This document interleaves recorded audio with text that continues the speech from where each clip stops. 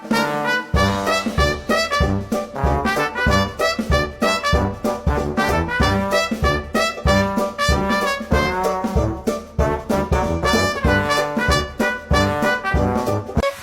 warahmatullahi wabarakatuh. Hello everyone, my name is Suhaida Zain Panjaitan. I'm from TBI 2 English Education Department Uinsu. So guys, today we are gonna learn about the morphology. So stay focused and keep your attention to me. So, have you ever come across words like unbelievable, misunderstanding, or unhappiness? Why are these words so long? Well, these words are made up of smaller parts that carry meaning. The study that helps us understand how words are formed from this part is called by morphology. So, in this video, we are going to explore what morphology is it, the types of morphemes, how words are formed, and then the last, why it matters in learning English. Okay, I will tell you what is morphology. Morphology is a branch of linguistics that focuses on the structure and formation of words. It helps us understand how new words are built and how the meaning of word can change depending on the part in context.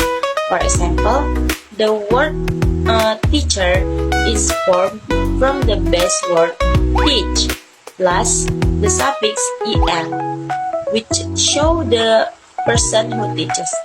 So, morphology gives us tools to break down words and understand their meaning more deeply. Okay, second, I will tell you types of morphemes. In morphology, the smallest unit of a meaning in a word are called by morphemes. There are two main types of morphemes. The first is pre-morphemes. Pre-morphemes is they can stand alone and still have a meaning. For example, we have book, run, and happy. The second, we have bond morphemes. Bond morphemes is they cannot stand alone and must be attached to another morphemes. For example, we have as in books or in unhappy. And then bond morphemes are further divided into two types. The first is derivational morphemes. Derivational morphemes is they change the meaning or grammatical category of a words. For instance, we have beauty becomes beautiful, and we have happy becomes unhappy. The second, we have inflectional morphemes.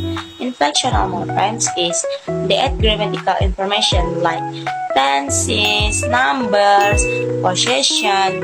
For example, talk becomes talk, or dog becomes dogs.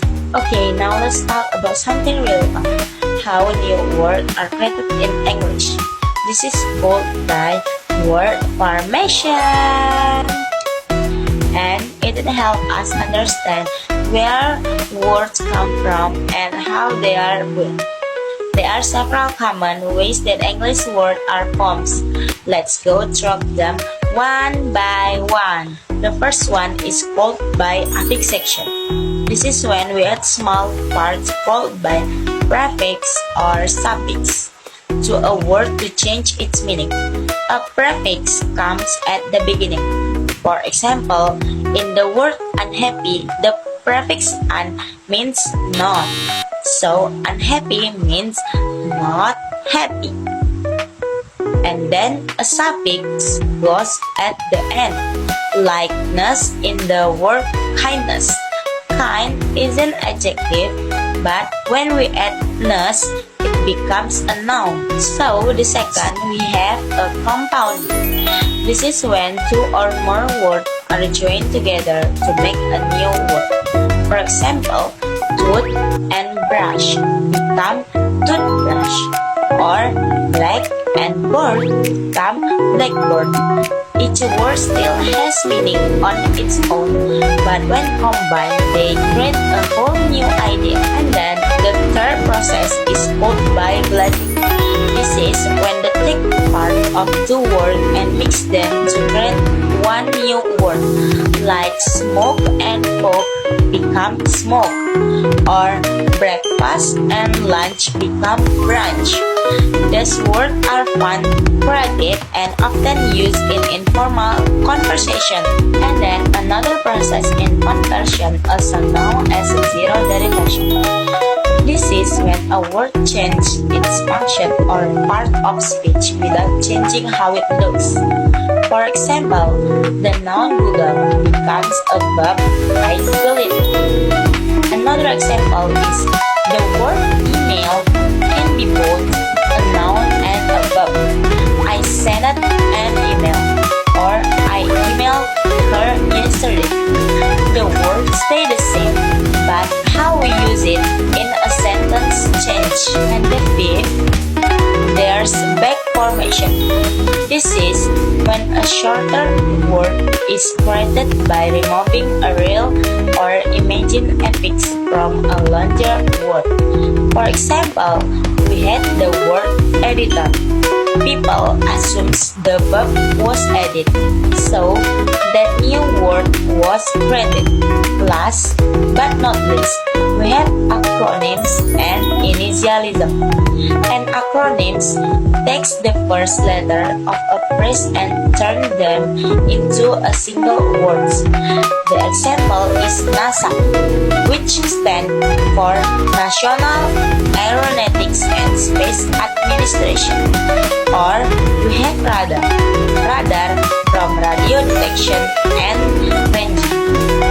Initialism are similar, but each letter is pronounced separately, like USA for United States of America, or BBC for British Broadcasting Corporation. Both are very common in modern English. Okay guys, we move to the last session. Why is morphology important in learning English? So, learning morphology is very useful when studying English. First, it helps you understand the structure of long or difficult words. Second, it makes it easier to guess the meaning of new words. And the last, it helps you use a word more accurately when writing and speaking. For example, if you know that misunderstandings comes from miss plus understand plus ing, you will know that it means a wrong understanding or a mistake in understanding. The more you understand morphology, the easier it will be to improve your vocabulary and your grammar. So, what have we learned today? Today, we learned about morphology. Morphology is the study of how words are formed and structured. By understanding morphemes and word formation, we become better at understanding, speaking, and writing in English. Start paying attention to the word you use every day. You will be amazed at the you discover, because every word has structure. So guys, thanks for watching and thank you for your attention. And if you think this is important, don't forget to like, comment, and share it with your friend. See you in the next video. Bye bye. Assalamualaikum warahmatullahi wabarakatuh.